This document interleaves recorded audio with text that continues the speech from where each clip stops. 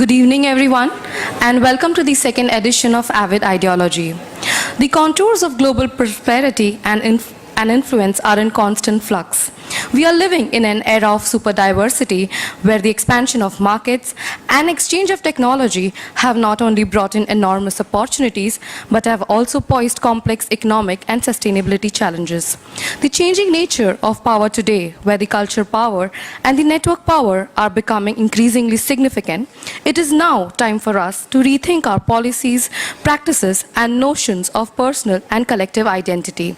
Inspired by Mastek's CEO, Sudhakar Ram's book, The Connected Age, our talk today will look at the new narratives of the connected world and will try to build a footprint that is ideal for more integrated community, where ideas and cultures bridge new boundaries. Joining us are outstanding group of thinkers and scholars that have come together to refrain our thoughts and ideas to create more inclusive world. Recipient of CNBC Asia's Indian Business Leader of the Year Award, our speaker tonight, Sudhakar Ram, has set new paradigms in human and organizational behavior through his very popular blog, The New Constructs, and his book, The Connected Age. He is the co-founder and the CEO of Mastek, a multinational IT services company headquartered in Mumbai and has major presence in UK, US, Canada, and Asia Pacific. A strong believer of change, our second speaker, Royston, promotes microfinance as a sustainable tool to eradicate poverty. Royston Braganza joined Grameen Capital in 2007 to launch the organization as CEO. Grameen Capital, founded by the Foundation USA, IFMR Trust, and the Citigroup, is first of its kind social businesses that enables microfinance institutions develop wider access to capital markets. He is also served on many boards and advisory bodies, including Sadhan, Grameen Foundation India, FICCI, and United Nations Microfinance Resource Group. Our moderator for the evening, Rajni Bakshi, is a Gandhi Peace Fellow at Gateway House and Mumbai-based author. She has published a research paper in October 2012 titled Civilizational India. Her other books include The Bazaars, Conversation and Freedom, Bapu Kuti, Long Haul, Warning and Opportunity, and many more. She is also a member of Executive Community and Gandhi Smriti and Darshan Samiti. Avid Ideology is curated not just as a passive panel discussion, but rather where audiences actively engage and share their inputs and co-create new visions. Thus, we actively support open-ended questions and views and ideas during the course of discussions. We would like to thank our venue partners Blue Frog, Tina and Ruchika and team for their extensive support. They have also opened up 15% discount on the a la carte menu and a one-on-one deal, Blue Frog deal for all of you. So I would like everyone to come on the stage and take over. Rajni, please take over.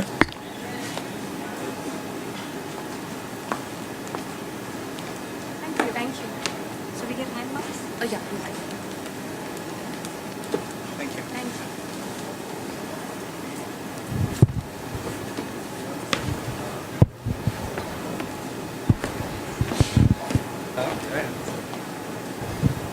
Thank you so much.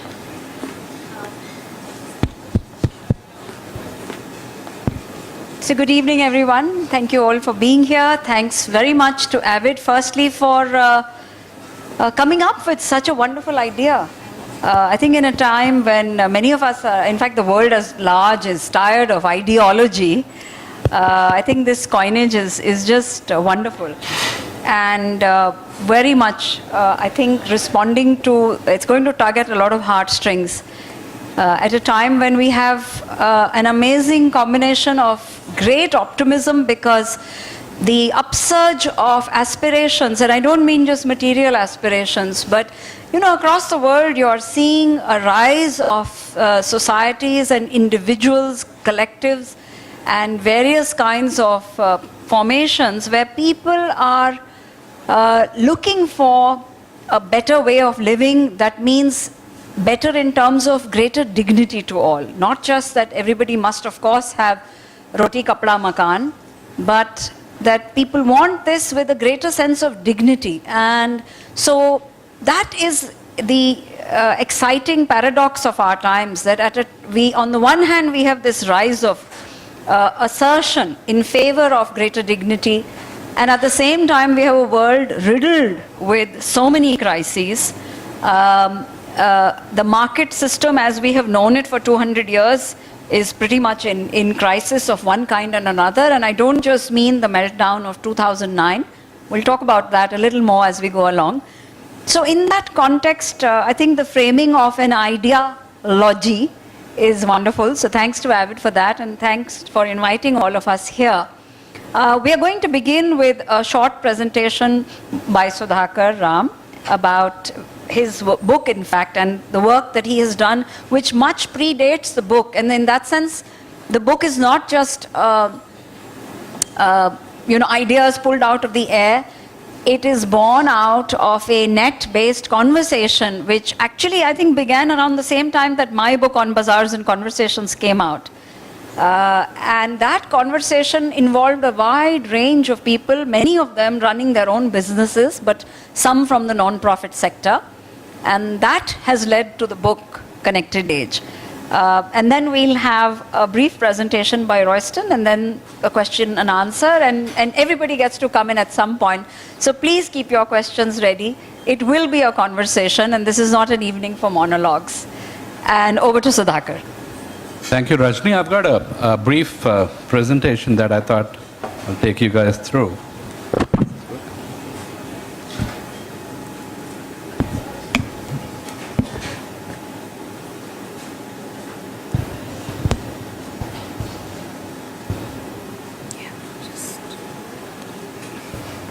So essentially, as I wrote the book and as I talk about it, it looks like we do need a new narrative, that the 19th and 20th century had a very strong narrative based on what we all know as industrialization, the centralization, mass production scale.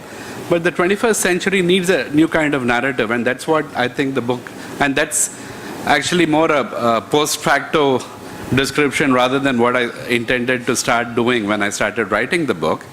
So what I want to take you through is what made me write this book. That actually, like Rajni rightly says, it's around the 2009 time frame that this thought came. And this thought came not just because I had some brainwave, but all the situations around, both from a macroeconomic perspective, social perspective, political perspective, seem to be breaking down.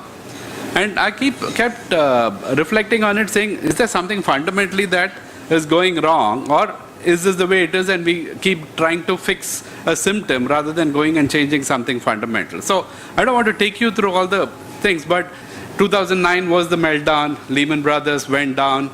Around that 2009-10 time frame, we started having uprisings in the Middle East, Arab Springs, Egypt, other parts of Middle East. Occupy Wall Street movement happened probably around 2011 or so.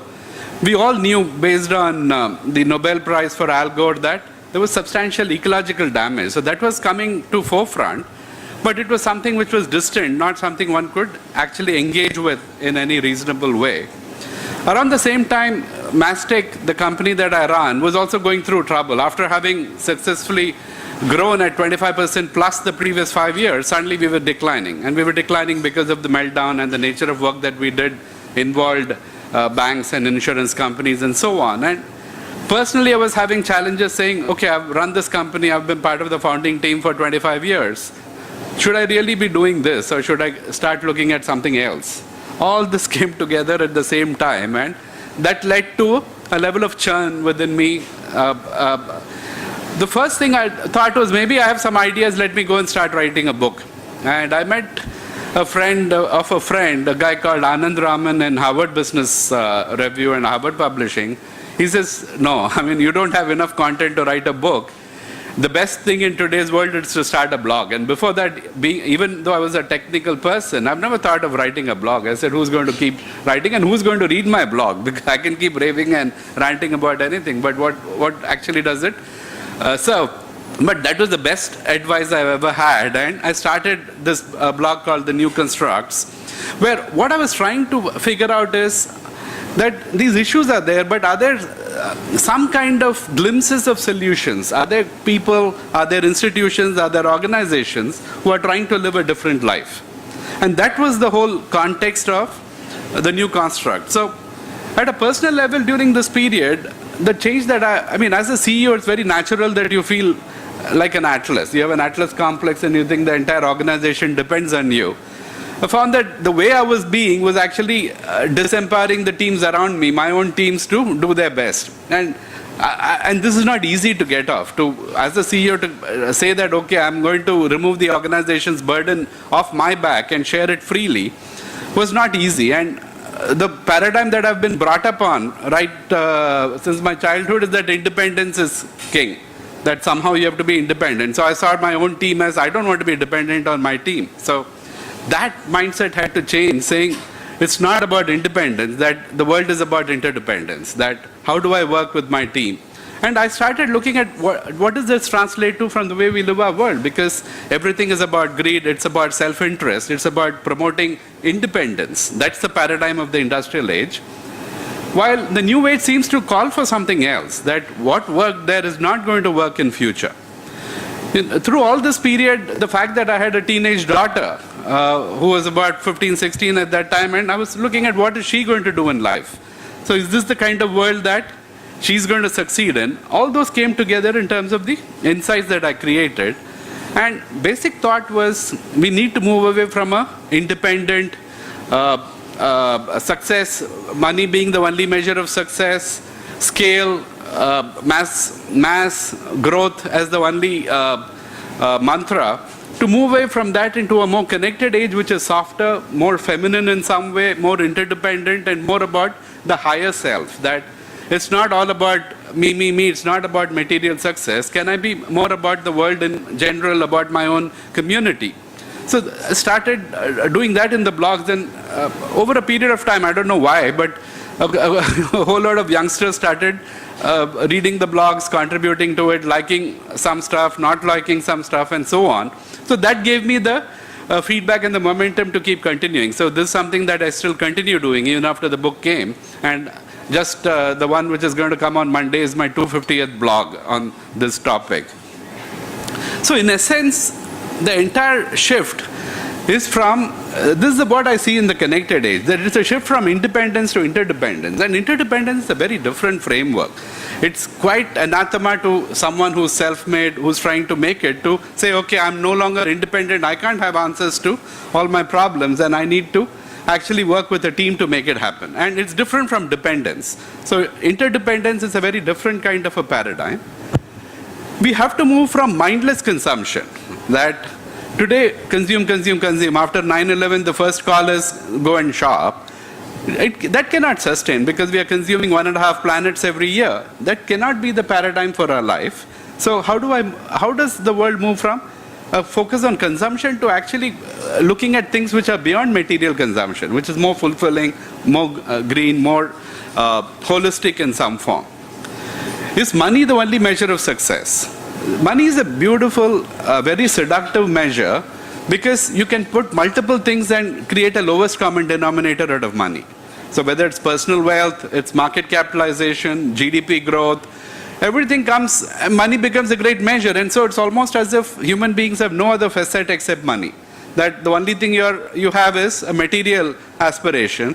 There's nothing emotional, nothing intellectual, nothing spiritual. So it masks every other attribute, because we all think, okay, that's the soft stuff. Now let me come to the hard stuff, which is money. Which is, I mean, in corporate lingo, it's all about growth, it's all about profitability. So how do we move beyond that? Our entire process of education, Alvin Toffler talks about it in the third wave, saying education was actually geared towards industrial age, towards creating assembly line workers, burger flippers, and so on. And it had three overt purposes and three covert purposes. Overt purpose was to teach us reading, writing, arithmetic, that you are educated, you're literate, you know your sums, you can take care of yourself in life. The covert purpose was actually we were moving the population from an agrarian mindset to an industrial mindset. So you wanted to teach them discipline, punctuality, saying, okay, if I say the school starts at 8, ensure that you come at 8, go off at 4. That was one main role of schooling as a way of socializing people.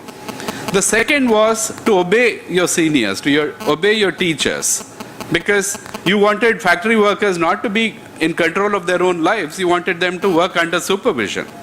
And the third was get used to mind-numbing dumb stuff that you have to do day in and day out so that an assembly line job looks very good at the end of it. So that was the covered process of education. And is that education going to work for us, for our children and grandchildren in the 21st century? We have teachers who have learned something over the last 30, 40 years, teaching kids today some outdated content, when we know everything changes every 5 years, and the way world works changes every 5 years today. So are we really equipping our children for the 21st century? So that's something that we explore in the book. So can corporations today have they're maligned. Today, if you see Gallup surveys, corporation and US Congress have similar levels of confidence among the US public, and it's under 20%. It's in the 15, 16, 17, depending on the quarter. Is that really what we want? That all of us are spending so much time, effort as business leaders. Do we want to be in a thing which is rated so poorly, which has so little confidence, so little trust among the consumers, among the citizens in some way? Or could corporations become more soulful, more powerful, more conscious institutions in some way? Again, industrial age saw the benefits of centralization. And Gandhi always used to say that any form of centralization is corruption. That when you institutionalize something, corruption not necessarily in the thing of, okay, people making money. The core purpose is lost in some way when you institutionalize things. So governments today are largely institutional, and more power is being centralized. And we know that power corrupts and absolute power corrupts absolutely. So is this the paradigm, or should we have more human-sized governments, more locality level, village level governments which people can actually engage with in some form? So these are some of the things that we explore in the book, and I'm sure with Rajni and Royston as we talk we'll have some insights into the book. But this morning I was just speaking to my daughter who's 19 now, and she's interning in New York. So she said, okay, you're going to go for this talk, what's your goal? I said, I don't have much of a goal, I just want to see if people can be open and read my book. So she accused me of being this is very low goal. You should have something higher. So I said, I'm not about goals. Goals are at one level. I'm really about a vision, saying, can we actually do something meaningful? And people will take their own time. So I can't set targets, I can't set goals in terms of when people will read and what they will do with it. It's just an intent, it's just a stand that I have. And that's what I'd like to share with you this evening. So the entire principles of the book are based on moving away from, we have given away our power to institutions. We have given away our power to governments. How do I regain individual sovereignty? So these are some fundamental principles. How can I work compassionately, coexist with my community? Greed is good, and all media is actually propagating that idea with Fortune 500 lists and wealthiest people and so on. Can we move away from that and say, actually, my expectation is that people are accountable for the well-being of the world, not well-being of themselves, which was Gandhi's idea of freedom, that it was all about responsibility, not entitlement in some form. So these are fundamental principles for the book. And enablers are the whole idea of subsidiarity, that things have to be decided and people have to take charge of their lives at the lowest possible level. So subsidiarity is in line with the whole idea of small is beautiful. So how do I make things smaller in some form? The idea of markets, not in our current form, but the real intent that Adam Smith had, can we recreate that as markets where it's a level playing field? It's not a few large corporations trying to take advantage with a political nexus, but really it's available for people in all spheres of life to operate on a level playing field. And third is that governance actually has to be connected to the level of level playing field you have in the market. That something which you cannot have too much of a level playing field will need more governance. Something can have light touch. A family may have a light touch governance. So keep governance as light as possible. So these are some of the enabling principles that I talk about in the book. So just to give you a very brief glimpse over my journey and what the book contains. So I hand it over to Royston to share his own journey with us. Thank you. Thanks, Sudhakar. Royston, thank you so much. Of course, you will be responding to Sudhakar's book, which you have read, but I was also, the last point that you raised, I think is very crucial. What is the difference between a goal and a purpose? I thought that perhaps if you could dwell on that, because your sector is a very good example, that everybody should have access to finance as a goal. But what is the purpose behind it?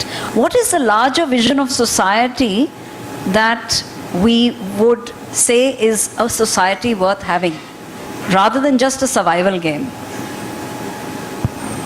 Thanks at the outset for inviting me here. And I think the title of Professor Yunus's book comes to mind, which says, Creating a World Without Poverty. And for me, possibly that could be the starting point of this larger purpose from which, microfinance, which is financial inclusion, or micro-housing, which is a shelter for everyone, or affordable education, which is education for all, sort of flow from there. So in some ways, the source and the summit comes a full circle.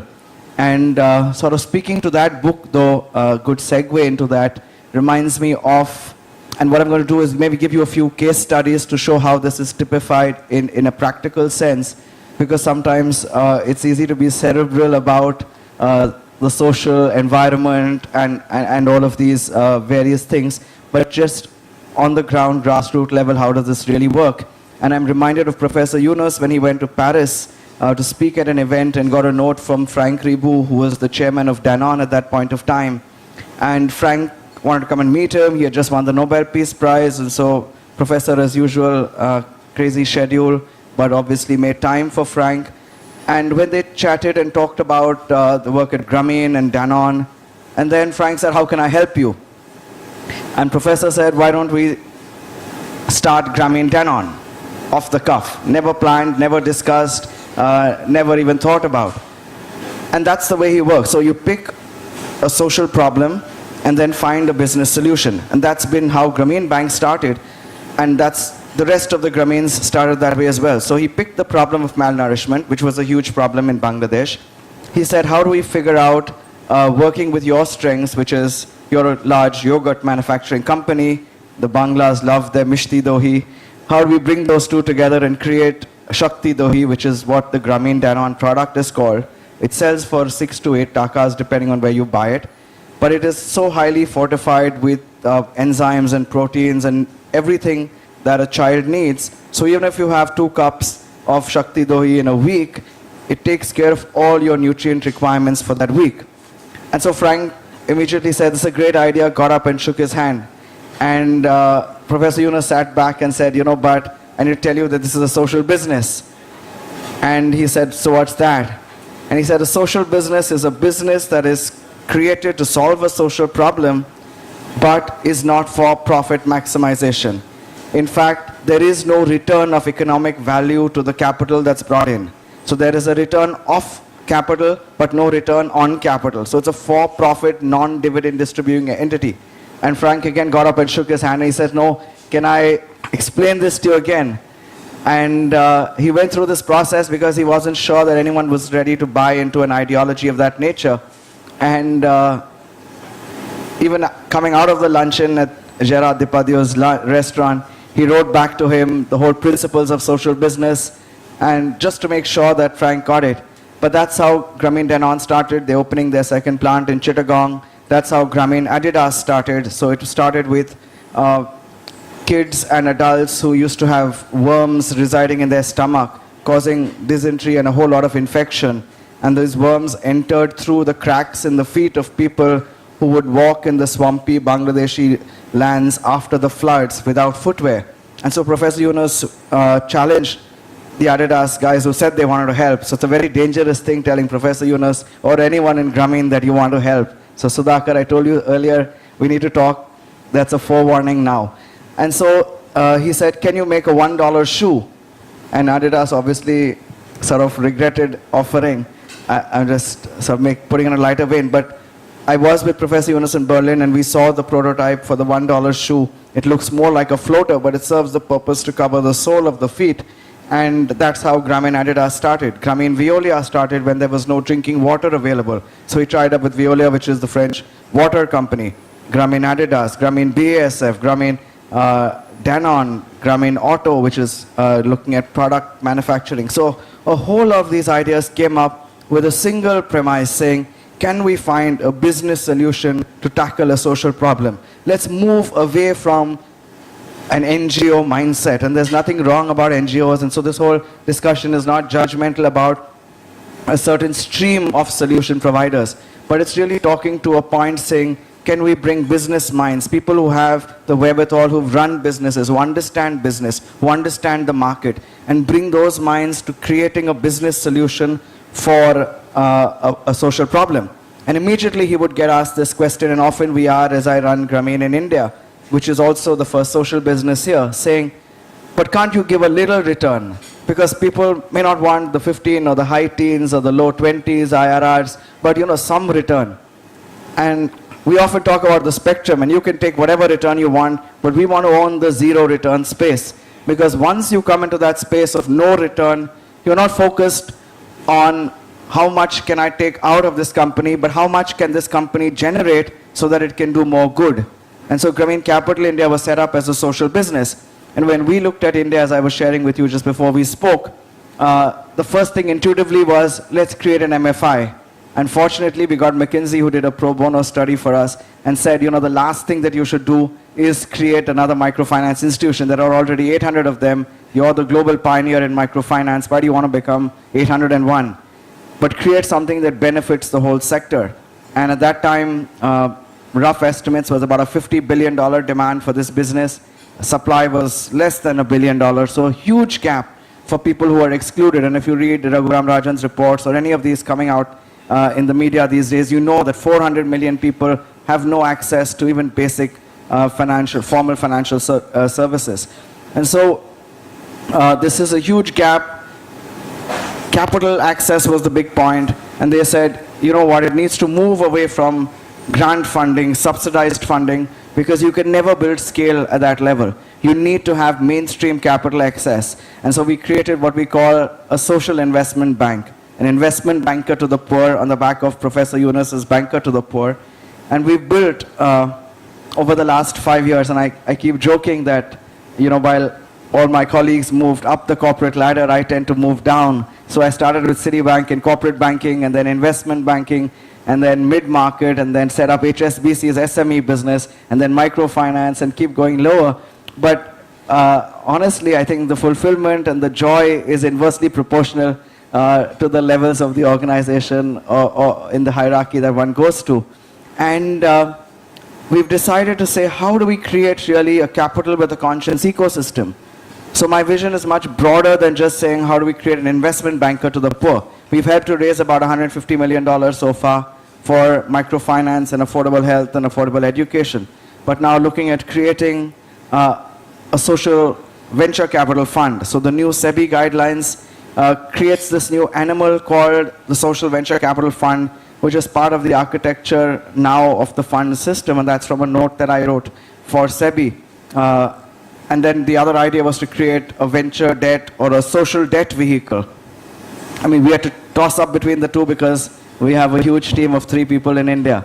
So we had to choose one, and the ego-gratifying option was to be able to do the Social Venture Capital Fund because we've helped write the policy.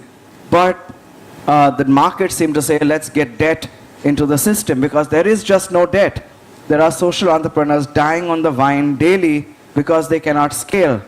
And so they do the next most logical thing to do is to get equity from somewhere so that they can scale, which is the silliest thing to do because they end up diluting before their time. They bring in equity, they end up losing control. They've started with a social objective, they want to scale, but now they've got in a venture capitalist or an angel investor. And again, nothing against that breed, but they have a different mindset. And so they end up taking the company in another direction, so increasing the price points, changing the geography, upping the segment, a whole lot of changes to make it more profitable, whereas possibly the social entrepreneur never wanted that. And so this entire aspect of how do we get debt to be used for debt rather than equity, which is used for working capital, triggered this off in us. And so we've just launched our first social venture debt fund, a debt fund to social enterprises, and then hopefully a social venture capital fund, and then hopefully a social stock exchange, where people sitting in this room can say, I want to do 1,000 rupees and that's my contribution. And so I can buy shares of another social investor, and possibly on the other side, a crowdfunding platform. So really to create this whole capital with a conscience ecosystem, so that social enterprises and social entrepreneurs really have somewhere to go to. And we're seeing a lot of young people these days who want to look at that space. So I'll stop here, but just to give you practical aspects of how we are seeing this play out in India, and then we can take it forward in the discussion. Thank you. Thank you so much, Royston. Thank you very much. This brings us actually to the heart of what I think we are here to do today, which is to look at the space between the reasons for hope and all the positive, creative developments, both of you have spoken about them, and the undertow, the darkness, which is equally strong. Because while it is highly commendable what Dannon has done, the future lies in asking whether we can trigger processes of finance and creativity which will enable people at multiple levels. As I think Sudhakar pointed that out very, very precisely. All centralization, forget centralization, any concentration of power, even if it's not centralized, is suspect. And and I'm sure we can talk about that at some point, because the Dannon story in Bangladesh has also been critiqued for those very same reasons. That yes, it is important in the short run and wonderful, thank you, that a Dannon can participate with a Grameen to get fortified nutritional products to people at a very, very affordable rate. But what is the future? And the example about the footwear also, and we know of many footwear companies actually that are now doing that. There is one in California that gives away a pair for every pair that you buy. But this is still somewhat in the realm of do-gooding.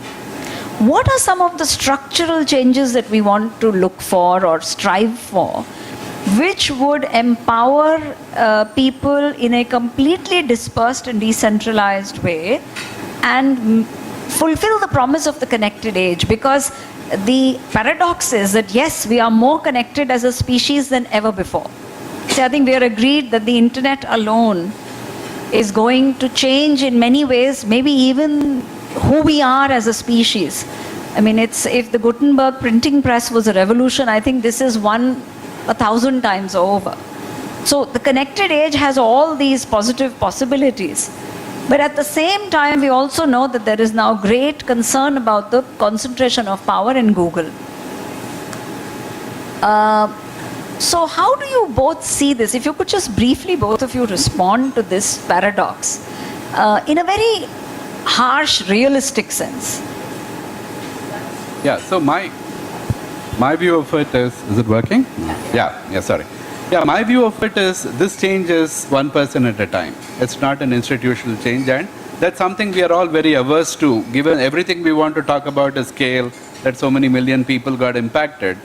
This doesn't work that way. This is one person taking up and doing something in his own immediate community, his immediate, even his own family, and that's how this change happens. And this change happens because he feels powerful.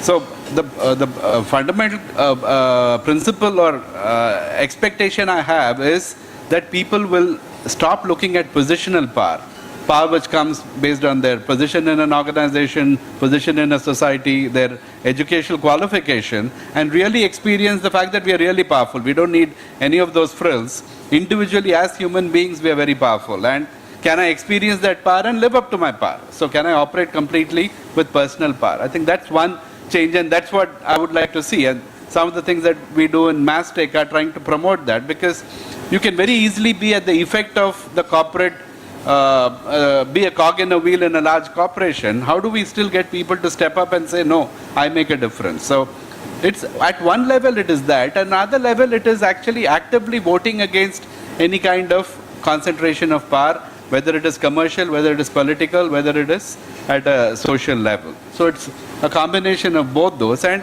we see those movements. In the book I keep pointing to early signals. It's nowhere near mainstream, it's nowhere at a critical mass level, but there's enough signal, whether you take governments, whether you take corporations, whether you take markets, where people are figuring out that this thing doesn't work, that we need a new form of coming together. But are we close to a tipping point on this?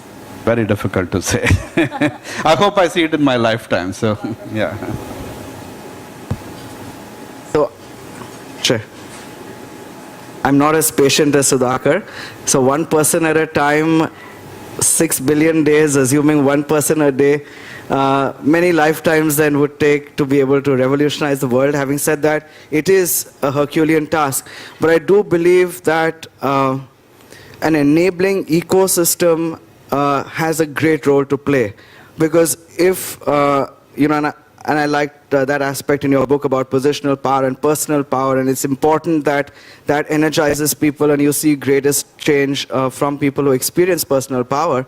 The fact is that if you're not creating enabling ecosystems, then you're just pushing against the wall and you're not building the momentum for the spark to create the forest fire. You can't do one flame at a time and expect to see that in many lifetimes away. So the fact is that if we want to see the writing on the wall, or writing on the Wall Street, or whatever way you want to call it, but if you want to see that and then begin the change now, then you need to have enabling ecosystems, and we're seeing that already. We're seeing young, bright people. As I was sharing with you a little while ago, I have 2 interns, one 17-year-old, one 18-year-old, one's building my crowdfunding platform. I mean, it's amazing to see young people who are so passionate about wanting to make a difference.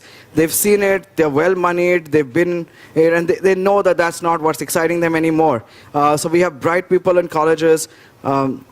Professor Yunus keeps encouraging us to meet college students. On Monday, I'm addressing another group of college students. And so we keep seeing people, very young people, ready to take that challenge, take the plunge. They don't mind if they don't get paid for a year. It makes no difference to them if they get $2,000 or not to cover their transport. But they want to see, can they make a difference in the life of someone? So the whole enabling environment is critical. The ecosystem is critical. Can we do that in our schools and colleges? Can we create that in our NGO arms who are providing technical assistance? Can we provide that in the capital arms through things like what we at Grameen Capital are doing? Can we create social stock exchanges to be able to create the momentum behind this? And so every single cog in the wheel needs to start thinking and talking this language. Again, to agree with Sudhakar, it's a Herculean task, but there has to be some momentum, some impatience, as opposed to the patience and the patient approach that Sudhakar has. I don't know even if they are opposed to each other or complementary. The ecosystem depends, the nature of the ecosystem depends a lot on what you assume to be the fundamental motivations by which people act. And our view of how selfish or selfless or somewhere in between human beings actually are is central to how the ecosystem takes shape. So the premise, for example, on Wall Street, and I use Wall Street here as a metaphor, not just as a physical place, is that regulated greed is good. Regulated just enough to prevent the kind of chaos that we saw unfold in 2008. Now, how this unfolds, how this sort of cascades to the ground was very well illustrated by the microfinance crisis. When the microfinance industry, since in case there are some people in the audience who may not have followed the microfinance story, the microfinance industry grew by leaps and bounds in India for about 10 years, roughly, before it reached a point where one company actually went public. It listed itself on the stock market. Because what started out as a purely community-driven, local money circulating, non-profit enterprise had by then become a for-profit enterprise which was attracting capital from across the world, very well-intentioned capital, but it was global capital, and so it needed profit. It was not, in fact, in Professor Yunus's model. And in fact, I know that Professor Yunus and some of our Indian friends lost friendships when the Indian microfinance business went for the aggressive, it looked to some of us aggressive, for-profit model. And it finally did melt down. which is a long story and we don't need to go into the details. But at that point, one of my friends, Aloysius Fernandez, who has always remained in the non-profit microfinance mode, he said something which I thought was maybe capturing the crux of the matter. He said the enemies of the good have been speed, greed, and replicability.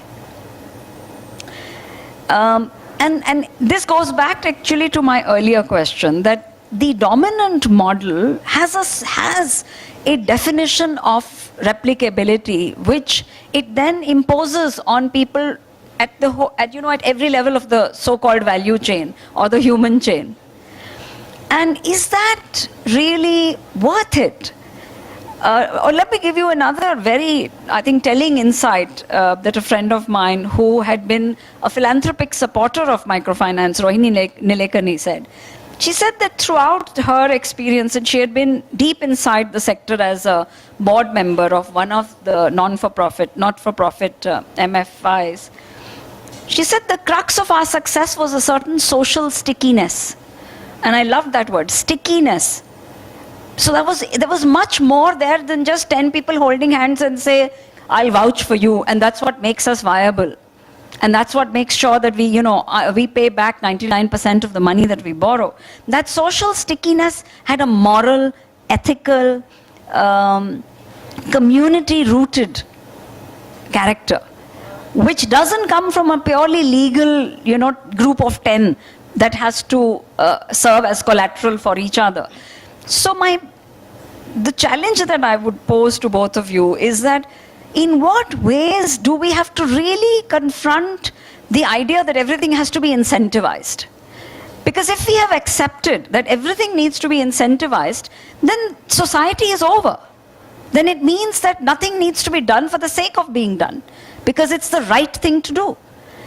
And what in that context, is the promise of many of these very good trends? Because I'm afraid a lot of them still look like acts of goodness on the margins, which have no promise in hell of challenging this fundamental darkness that everything needs to be incentivized. Sudhakar, you want to go first? Yeah, so let me step back a bit, because you've made three different points. One is the notion that we have to create an ecosystem so that this thing can be catalyzed. Who's the we? So somehow we all take upon ourselves that we are all gods and we have to create something where the poor people will somehow manage. So that's a notion that we come with. And in our own eyes, in our own generation, we have seen the most significant change happening in the world with no one creating that ecosystem, which is the internet, which completely grew based on individual acts of freedom, but linking to something else. So every time I'm only linking to one other computer, but that way I create a whole net. So any form of, if we think we have to create an ecosystem, we have a God delusion, and with great difficulty I got out of it. So that's one aspect, that do we have to create an ecosystem, or we have seen other forms which have worked, which have and all nature is like that. It proliferates very fast. It's not one person at a time doesn't mean that every day one person changes. It is every second somebody can change, and he changes somebody else and he changes. So it creates that multiplication effort. And most changes that we have seen which stick are those kind of changes. Things which are forced on us, it's like communism, it forced on us, it doesn't stick. Communism lasted 100 years from start to finish. It's not a long-term sustainable model. So that's one part on the institutionalization. And the second is about greed, that we cannot assume, obviously, that, and nor can we propagate. So the whole idea of an ideal, saying that we have to as society hold ideals for ourselves, is we have to hold ourselves accountable for well-being of the world. Today, nobody even insists that you are responsible for the well-being of the world. We think it's somebody else's problem. As long as you take care of yourself and you don't dirty your situation around you, you're fine. Till we raise the bar on our own moral standards, saying I am accountable for what happens in the world, at least around me. And I'm quite capable of being accountable, and I respect you enough, I hold you powerful enough that I will make you accountable to do. Because freedom and accountability are two sides of the same coin. So can I hold people free enough, powerful enough that they can be accountable. And that has to be the posture that media takes, posture that all of us take, starting with ourselves and with the people we deal with. So I think that's the... In all fairness, though, I think Royston was not saying that we would single-handedly or collectively create the ecosystem. But for example, what they are doing with the zero dividend social enterprise concept is I would say it's at least a bucket in the ocean, not a drop. Just to make it easier for you, Royston. Thanks, Rajni. So I'd like to comment on both the questions that you raised. I think the first was specifically on microfinance. And interestingly, while you did call it a meltdown that we are seeing now, it isn't. In fact, it's a resurgence. And that's because there's been recovery since the meltdown.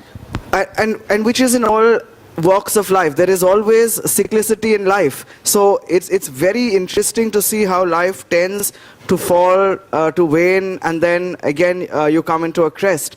And if you didn't have that, maybe the next wave would have not been bigger. And so we are seeing, we had 30 million households that were microfinance clients. You're absolutely right that we saw a glut of microfinance institutions enabled by a perverse incentive, coming back to your earlier point on incentive, which is where banks had to meet certain priority sector obligations. They found microfinance as a good way to meet priority sector obligations. So money flowed hand over fist into the microfinance institutions. They needed then to deploy that money. So they started giving larger ticket loans, possibly more than the people could really repay, scale up, and all of those things. You found microfinance institutions going to millions of clients, 8 million, the one you mentioned who went into an IPO. And the whole focus changed. In fact, I have one slide that I would like to show at this stage, which in some ways summarizes my lessons from the microfinance crisis, and especially in a place like Blue Frog, it sort of fits in some ways.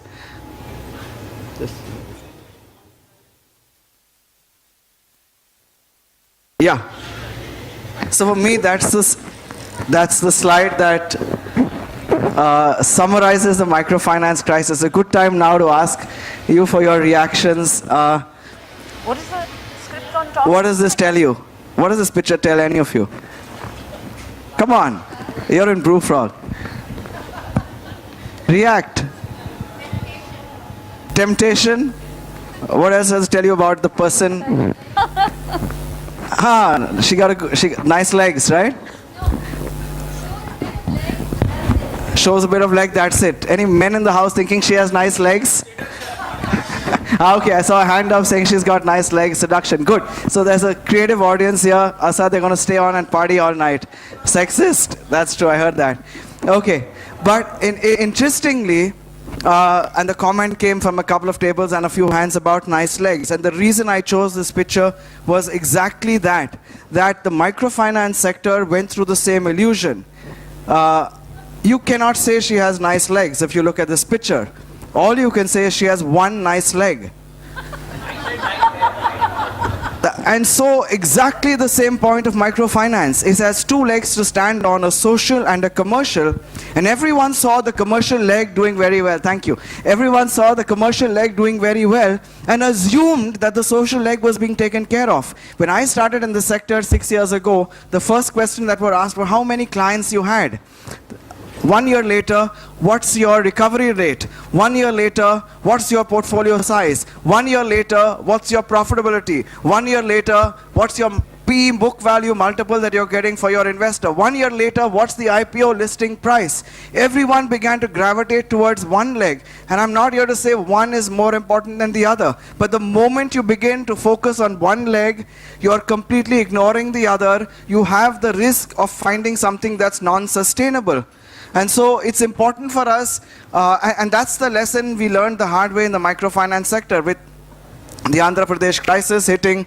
Again, it was, it's easy to call it a crisis, but in the Andhra Pradesh scenario, your regulator is your competitor. So the Andhra government ran its own Velugu project, which was funded by the World Bank, which had the same set of targets. So there was a multiple set of reasons as to why the crisis hit, and we won't go into that because this is not a microfinance discussion. But today, we are seeing a resurgence of microfinance. Every other state other than Andhra Pradesh still continues to have above 99% repayment rates and growing dramatically. Bandhan has got its first banking license, pretty much ahead of names who are of top quality names in the sector. So we have been able to create a momentum, a wave, which is institutionalized something that was written off.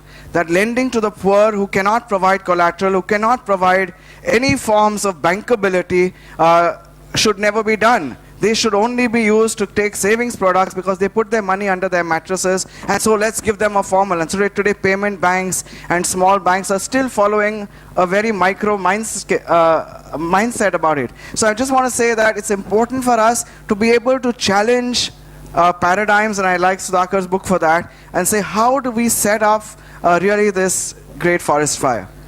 Thank you. I think we can take some questions from the audience now. Is there a floating mic? Yeah? Anybody? Yeah, there's one there.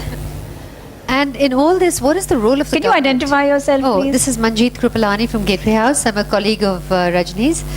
What is the role of the government in all this?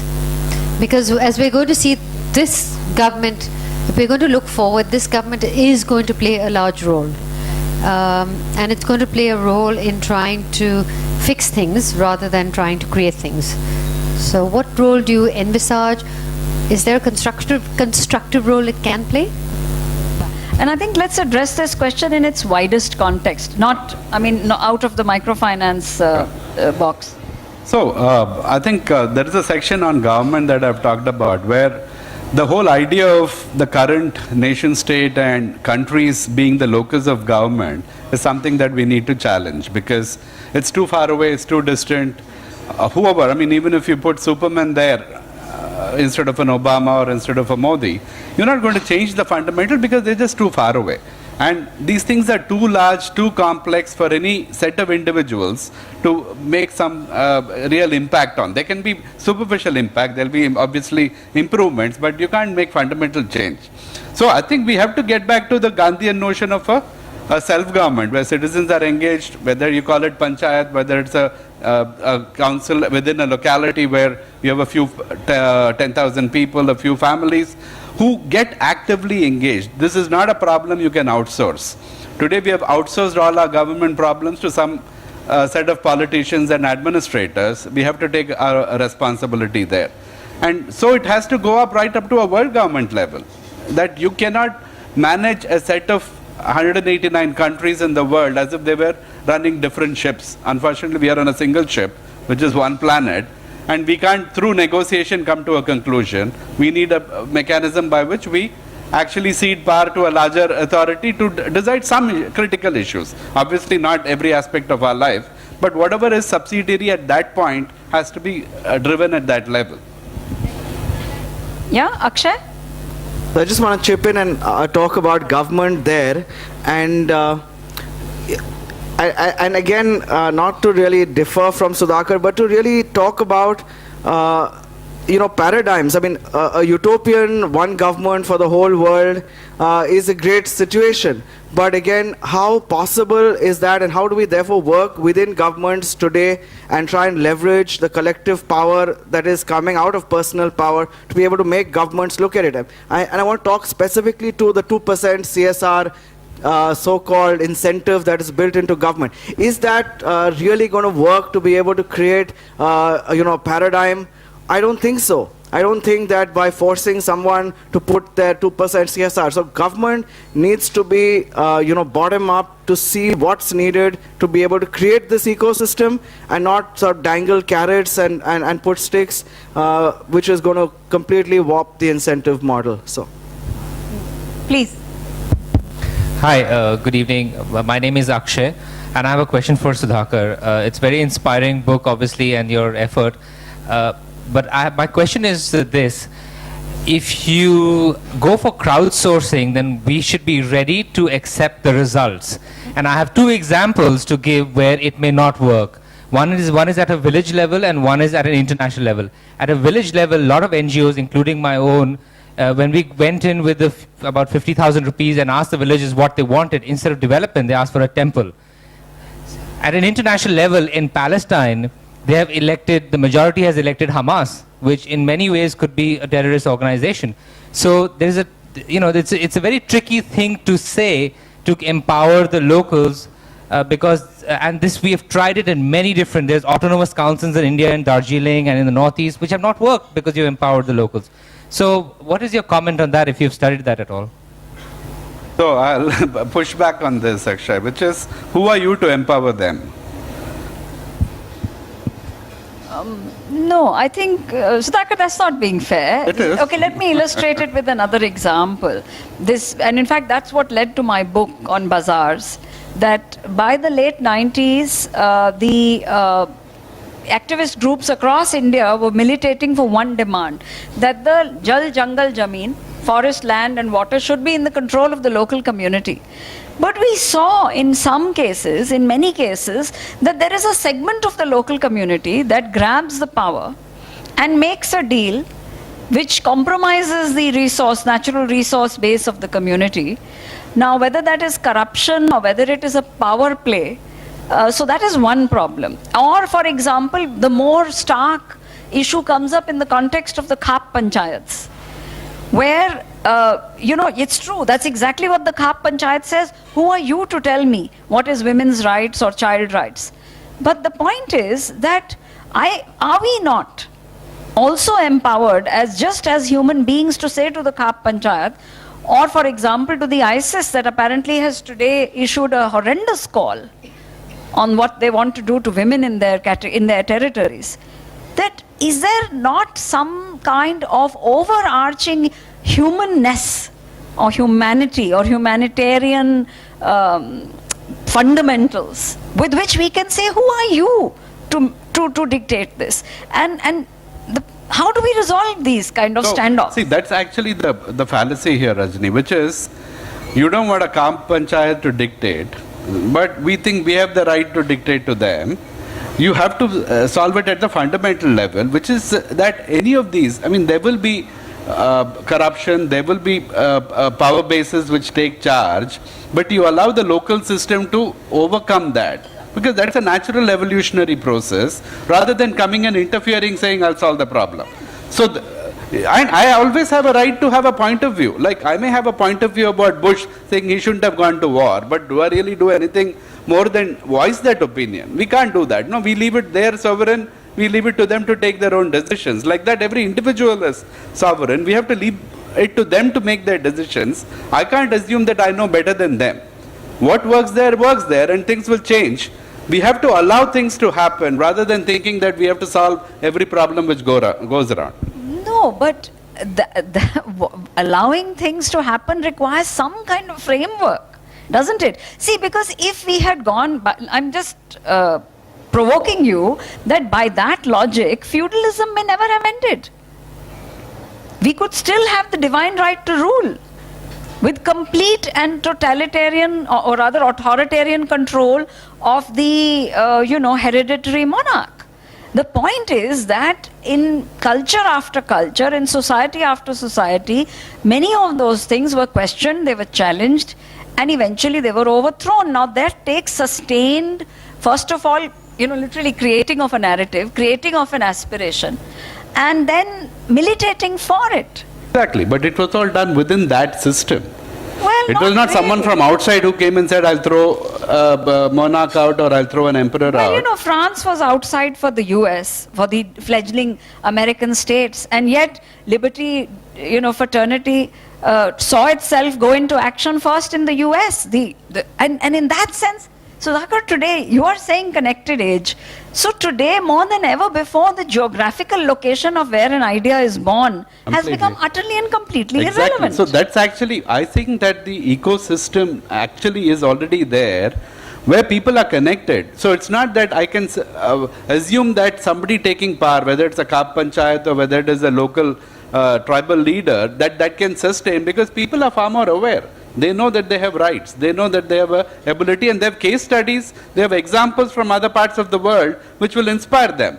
But finally, the way they will act on it will be very different from the way someone else will act on it. Of course. But what about people who don't know they have rights, and people who are being independently suppressed, intentionally suppressed? So, how do we create, that movement? So that's, when I talk about optimal governance, that's exactly that where we know that there is a lack of a level playing field, where every individual doesn't perceive his own sovereignty, we need some intervention, but it has to be time bound. It has to be clear that the only thing is to ensure that they recognize their own power, nothing more than that. We can't go and give solutions to them because the solutions are foreign.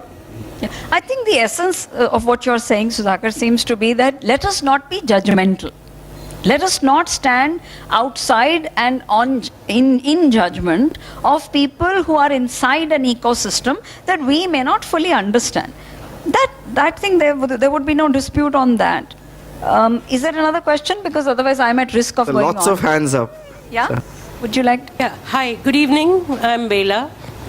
Just wanted to go step back a little and sort of say, how do we create this fabric of culture that we're saying? So we have connectedness. Are you able to hear the question? Is everyone able? Can you maybe hold it a little closer to you? Yeah. This fabric of connectedness, we all have it. So is it a change or reinforcement of the education system that we need to sort of look at?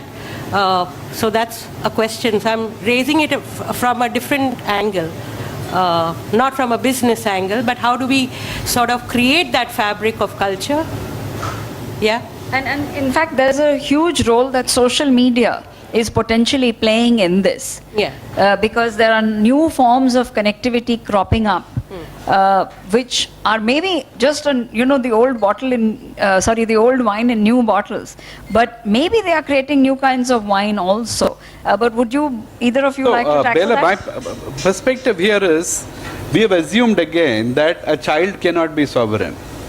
That we have to put them through something which will, at the end, so we know Howard Gardner's study that you take 98% population who are at genius level, and finally it becomes 2% at genius and 98% who are dumb. That's what all our schooling system does to people. So how do we actually recognize that as a child I have just as much right and focus on learning rather than on education? Because education is what you do to someone, learning is what somebody does for themselves. So can we create encounters, can we create situations where kids can learn, and they'll probably learn very different from what we think they should learn. So, the most advanced system I saw way back, in the First World War was Maria Montessori. She thought of this, she recognized the sovereignty of a child and created a system, and I've not seen anyone given that level of thought to how. Obviously the tools are outdated, we need to upgrade it, but literacy, research in the area of primary education is abysmal today. Anywhere in the world, nobody's focusing, but that's the most fertile, most creative time of a child's life, where we have to put the maximum effort to create that learning opportunity for children. I'd just like to comment on that, in as much as you said, how do we create this fabric? And I'm thinking we don't. In fact, we need to stop uncreating the wrong fabric, because every child that is born with a connectedness fabric already. The very fact that the process of birth has an umbilical cord is part, I think, and for me, symbolic of that connectedness already that mankind is born into. And most of our misaligned incentives from birth onward tend to start undoing that fabric rather than creating it. And so, the process I think Sudhakar mentioned is spot on, that let's just make sure that the child continues to grow in that genius realm. Thank you. Anybody else? Yeah? There's a hand over there. So and Shailesh, wherever the mic is coming to you, Shailesh. Thank you. Is it on? Yeah. Okay. Good evening. I'm Rashika Singh from the World Bank, the IFC group, and I came actually a little bit late, so I apologize if you covered this in the discussion, but I'd be interested to hear your thoughts, a little bit building on Rajni's comment about social media, but your thoughts on the role of technology in this. You know, we look at rural mobile penetration, the merits and the demerits of it. You know, we've touched upon private-public roles in it, but I'd be interested to hear from your experiences as well. So obviously, one of the reasons why we have the ability to be connected is technology, but it's also the reason why we are completely disconnected. We can't even sit in a meeting without just referring our Blackberries or smartphones or Apple or whatever. But any tool can be misused by the human being. We have that unique ability that we can do anything with it. So, technology is vital, and it's not just internet, which is at the information level. I think if we really pursue small is beautiful, you're looking at deep economies, local economies, then technologies like 3D printing are going to be very, very important going forward, because it completely obviates the need for scale and things being done in a factory. I can have my neighbor 3D printer printing my stuff for me. And those kind of technologies, I think, are bringing manufacturing, bringing the whole process of producing goods much closer to the neighborhood. I'd like to give 3 quick examples, one in Uganda, one in Kenya, and then one closer home. The Grameen Community Knowledge Worker Program, the Grameen Health Worker Program, and then our own Grameen Capital crowdfunding platform. There is a technology, a simple phone where a farmer in a village in Kenya can take a picture of his crop. It goes to a research institute and tells him what's the malady on that, what's the parasite, what's causing that issue. He immediately gets an SMS back saying this is what you need to put to treat that plant, and his crop survives. Simple interventions that need no rocket science in that sense, or but can be done. The health worker program is a program for maternal health. It goes to pregnant women. It tells them this is week 1, this is week 31, this is week 22, this is what you need to expect, this is what you should feel, this is what you should eat, this is what you should drink, this is how much you should rest. And if this is not happening to you today or this week, let your nearest healthcare professional talk to you. So every week there is, and so we're now replicating that in Bihar and Eastern UP through some corporate partners to be able to do that. And again, crowdfunding we see as a big tool whereby people like Kiva, who've done successfully globally, to be able to find social enterprises scattered all over the world, and people who would like to support these, to bring them together and really catalyze that growth. So, I just want to add that the Promethean dilemma is never going to go away. No, the Greek character who stole fire from the gods and was punished for it, because ever since we learned how to make fire, we have had this problem or this dilemma that we can use it to cook meals and we can use it to burn down the neighbor's house. And that is never going to go away. And so the same social media, which is enabling us to do some amazing and unprecedented good, has also unleashed the intolerant in all of us. And it's not just in India. Across the world, there are reports of the dramatic escalation of hate mail, of completely vicious responses to simple ideas, etc. So again, it comes back to the basic challenge that unless there is a vibrant social process of, and I think you outlined that very well, where each one of us is engaged in doing the right thing, and I don't mean right in some judgmental sense here,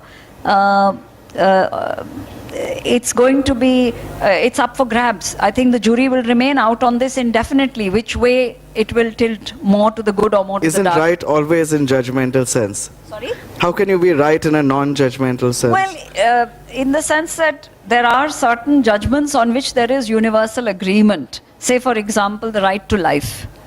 Is there? Well, of course, there are always violations. I'm serious. I really one wonders, because the paradigms are shifting so quickly that you can't be saying you're right in a non-judgmental sense. And I think we should stop being shy of being judgmental if we want to be judgmental and call a spade a spade. No, of course, that is true. I simply was going back to Sudhakar's point that there is an inside and an outside of many of these things. And it is a big challenge. I'm not saying it's easy.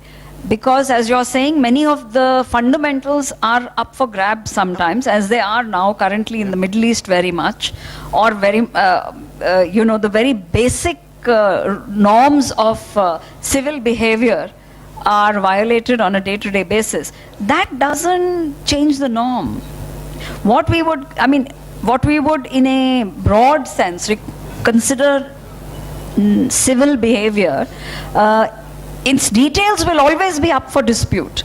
But for example, the incident the other day at the Maharashtra Southern in Delhi, there can be all kinds of, because what came first, what came later, but the basic sequence of actions would not pass most definitions of civil behavior. So there is some fundamental territory, and then there is a huge area of subjective judgment. So, my view on this, Royston, is that there is no universal right. It's only what's right for you at that point. At the moment, you do whatever you think is right, and it may keep shifting as you learn, as you evolve. I cannot force my point of view on someone else. Everybody has the right to do whatever they think is right. Like, to paraphrase Voltaire, what he said is, I completely disagree with you, but I'll defend unto death your right to say what you said. So, it's like that. Everybody has that right, and they will go through their own learning journeys. All I can take care is what I think is right, and am I in integrity with myself, nothing more. Hi, my question is for Royston. Royston, Grameen itself as an organization is outside the mainstream financial ecosystem. You've come up as a new entity and you're outside any mainstream bank. And so you've been able to do what you've been doing. But what's very interesting in the example you mentioned is you're cross-collaborating now with mainstream partners like Danone, who's a mainstream food supplier, for an unconventional solution.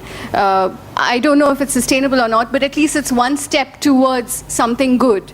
I'd like to know if a mainstream company like Danone is using this experiment to change the way they're doing business as a whole, instead of or are they just relegating it to CSR again? Are they looking at sustainable food chains? I mean, it's fun to bring this beautiful product, and I'm saying it's a good act, but are they looking at how it could be manufactured locally or with local ingredients? Or is it just, again, one nice thing to do? No, that's a great question. And, interestingly, in Bangladesh, it is across the food chain. So the women who get loans from Grameen Bank to buy the cow or the goat or the buffalo are the ones producing the milk that is going into the Grameen Shakti, which is getting fortified by Grameen BASF, which is the chemical social business with Grameen BASF. So it's interesting how Professor Yunus is playing out the whole, end-to-end of the food chain. Is it globally sustainable that organizations are going to continue to build social businesses? One doesn't know, but again, to Sudhakar's point, the connected ager may be able to see these type of paradigms emerge, but fairly certain to say it's not just a pilot anymore, at least in that level. And again, what we are building in India, again, if we are able to build a whole capital with a conscience ecosystem, then why will someone plug into an investment banker that is going to charge him X% of fee if he's a social enterprise, when he knows that there is a whole ecosystem here, that if he has an idea as a 20-year-old college student to be able to provide rural, social, off-grid power to a village in India that is non-electrified, that he can get the seed capital, then he can get the debt, then he can get the equity, then he can find a social stock exchange and really build a scaled model on the back of something like this. We don't know. The jury is out, but there are some very, very bright lights to give us hope.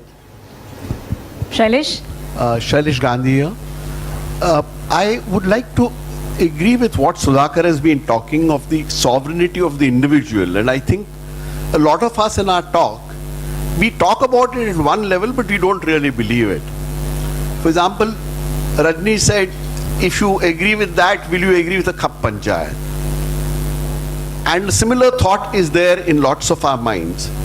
I think that's where government comes in. government lays down the law. Those of us, we may be individual sovereigns, but we do not overstep that law. If we believe a law is bad, we work towards changing it.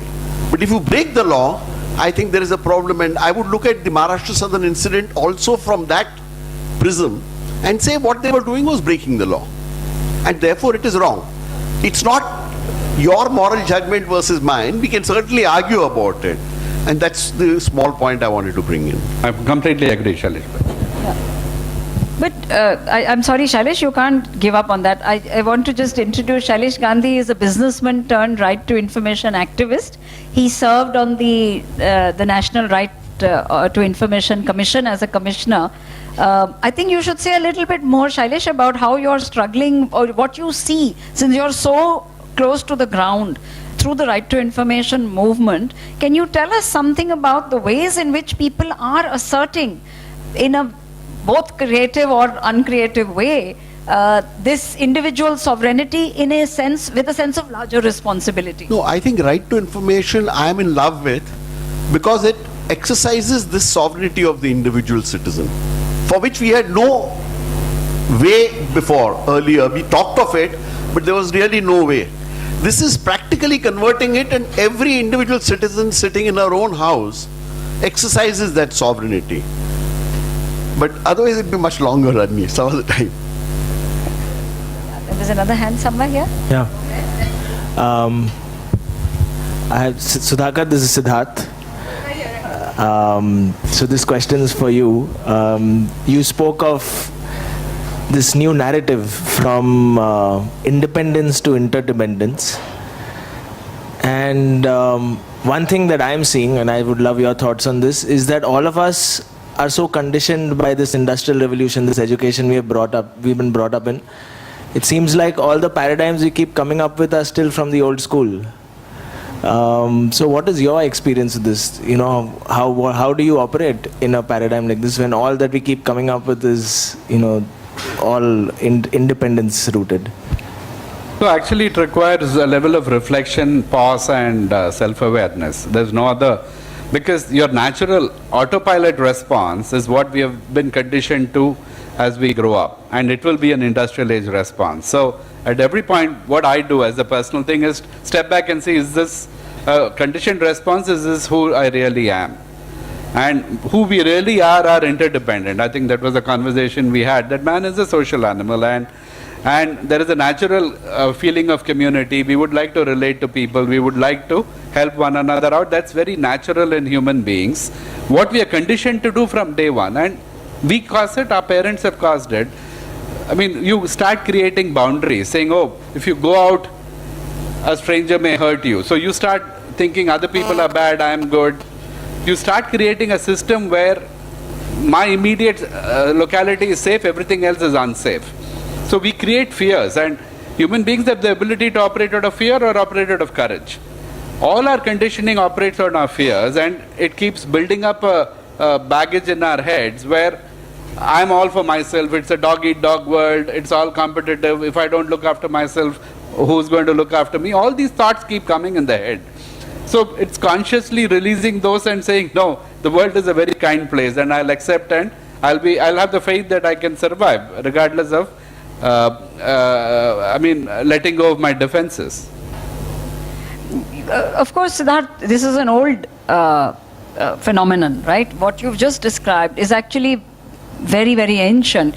In the Mahabharata, Dronacharya sends both Yudhishthir and Duryodhan to go and seek and count how many good and bad people there are in that town. And Yudhishthir comes back saying he couldn't find a single bad person. Duryodhan comes back saying he can't find a single good person. So this phenomenon of people's different propensities and being determined not so much by what is actually out there, but by what are the lens of the individual. And our traditional texts indicate that to some extent we are born hardwired. There is some such thing as an innate propensity. The question is that whatever social context we are in expands or contracts this spectrum.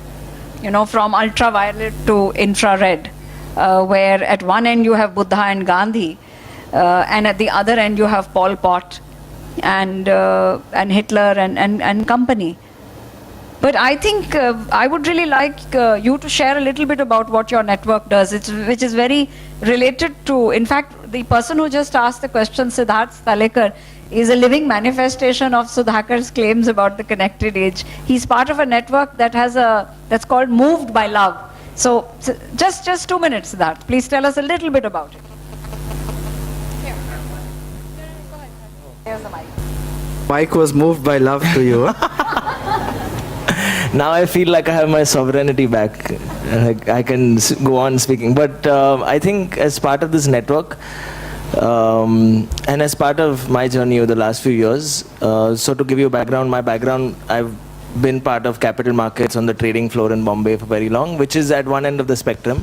And there the basic assumption is man is rooted in consumption and requires external things for his happiness. But I think as part of this network, through Moved by Love, through various other experiments, we've shifted our assumption to saying, what if we assume that man actually thrives in interdependence?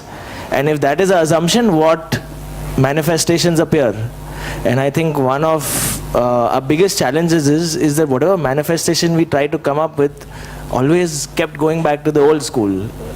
So I think now the way we're looking at it is, how can we have one foot in the unknown and say we need to co-create this new manifestation of interdependence. And I think just to approach it with saying, I don't know what that future looks like, but I have some amount of faith that it will emerge. And I think that's very exciting, because when we all collectively approach the situation with a big I don't know, it's very rattling for us because we're not used to it, but that's a lot of what our experiments have been rooted in. And even for me, I think as coming back to banking, coming back to finance with these kind of assumptions, what would it look like is a question that I hold right now.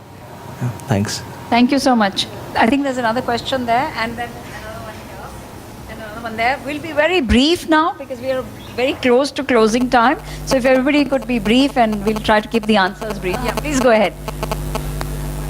Who has the mic? Oh, okay. I'm sorry, I'm not able to... Go ahead. Hi, my question is for Royston. I want to know about your views about commodified speciality.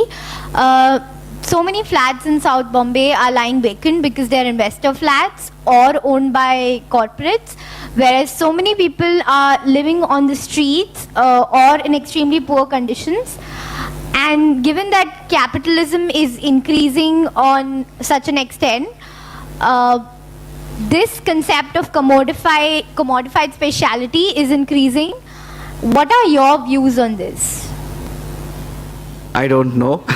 I'll take recourse in that. No, but I genuinely don't know. But I'm thinking about her answer about government, her question rather about government, and saying, is there a role that government can play to be able to unlock some of these properties by giving comfort to the owners that the property is never going to go away, but rather than being vacant and unused, is there a way that there is an incentive that government can give you a tax waiver for the next 5 years if you open your house and commit that if people do not vacate in a certain period of time till alternative accommodation is made? I'm thinking on the spot, but there must be some ways creatively to find solutions to social problems. I think that's what Professor Yunus has ingrained in us. Every single social problem can find a solution that makes sense even to the one-dimensional individual. Sudhakar's point is, how do we move from being one-dimensional into multi-dimensional like we were meant to be? But even to the one-dimensional individual, can we create a solution in an interim manner that provides these people? So possibly there is something hidden there. So I have a counter view there, which is that every problem doesn't need to be solved. Or cannot be solved. Doesn't need to be solved. Okay. Ma'am. My name is Lakshmi Dhol, and I just have one thing. Maybe it's going to open a completely new passage of thought. Could you hold the mic a little closer, please? Our latest narrative in today's world is terrorism. And I think it's dissatisfaction and discontent that is spreading because we are connected. A horrible story I heard, I think it was the Commissioner of Police of Maharashtra was talking, and he said that one terrorist goes to a prison where they are all petty thieves and car thieves, whatever. And by the time he comes out, or he doesn't come out, within a short amount of time, all of them become terrorists. So I think, the social fiber and our connectedness is a big problem here, because we are not connecting to things that aspire higher thoughts within us. True. So I'm not saying connected age is all positive. There'll obviously be negatives of connection also. But if there's enough positive momentum, then we should find ways of neutering or even countering the negatives which arise. But terrorism is something which is going, is spreading wider and wider. Yeah. And that's going to be a huge problem for tomorrow. But see, it's all actually coming down to the fact that there is total inequity, right? At the base of it, whether it is at a geopolitical level or at an individual economic level, the level of inequality is so high that some natural human reaction is that. I don't condone terrorism, but I can see why it's happening, and we may need a more fundamental answer than to look at terrorism as a symptom of something else. We can either try and address the symptom, or we can look at what's the root cause.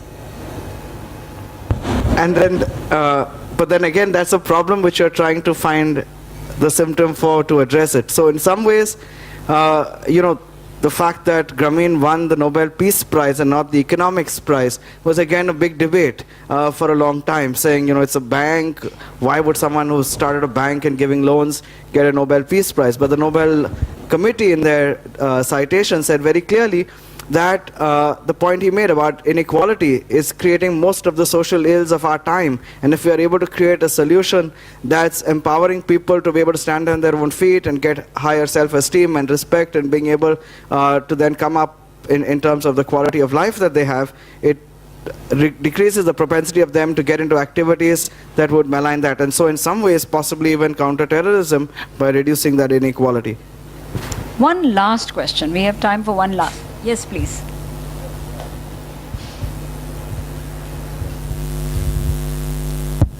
My name is also Sudhakar. I run a group of non-government organization.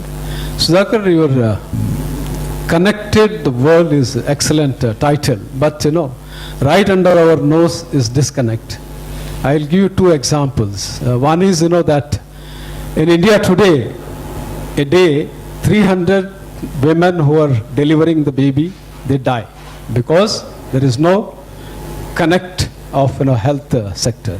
That's number one. Number two is that Orissa tribals had to dance to get themselves liberated with the industrialists digging their god, the mountain, which was bauxite. Thing. Government said, because we were talking about CAP, government said, okay, you decide what you want. I'm sorry, can you please keep your question brief, because we've actually crossed our time limit. This is, how do you respond to that, Sudhakar? Similarly, Mr. Braganza, there is a gentleman like the Eunice who developed fishing in every household. He went from India, Mr. Agarwal, if you know. So he also talked about, the micronutrient and health. And it is in a revolution in Bangladesh. But he has no time for India. How do you respond? So, see, the entire thesis of the connected age is a vision for the future. I'm not saying we are already connected. If we were, then we won't have all the problems. So, my vision for the future, and what I urge every individual to have as their own vision for the future, is what kind of a world would they like to leave behind for their grandchildren. So clearly what you're saying are issues of an unconnected world, and that's why we need a connected world. So I'd like to end with a slide that I made, which someone sent me on Facebook this morning, which I didn't know when to use. So thank you, Sudhakar, for your question. Yeah.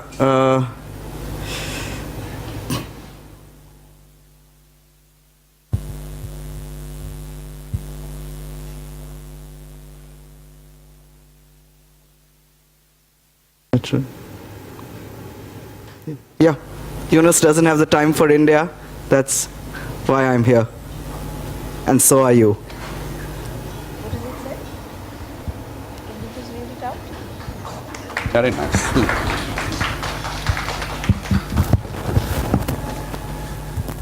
I think, no, I can't read it. It says, sometimes I want to ask God why he allows poverty, famine, and injustice in the world when he could do something about it. But I'm afraid he might ask me the same question back. Indeed. I think on that note, we'll close for the evening with a big thanks to Avid. And a small, in the same spirit of what you just said, Royston, we all know about the Trojan horse, which was the end of a very, very long battle. And many of the problems that we have, including all of those, are sometimes they feel like citadels that have to be stormed.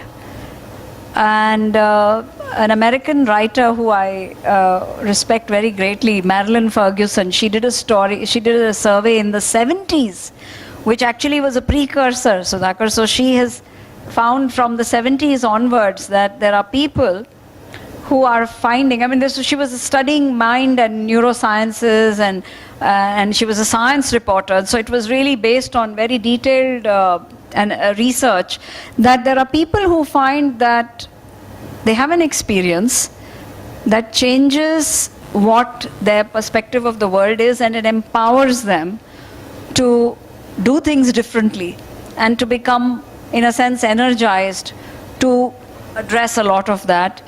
And then they feel that if this has happened to me, it can happen to other people also, and it must be happening to other people. And I think that process is actually continuing. It's a steady onward process. And maybe the crux of it is what Marilyn Ferguson herself said much later, about 5-6 years ago. She said, we now live in the age not of the Trojan horse, but of the Trojan heart. We all have to find ways to put our heart and our empathy inside the citadel to be able to see the problem from inside out, not the other way around. Thank you so much.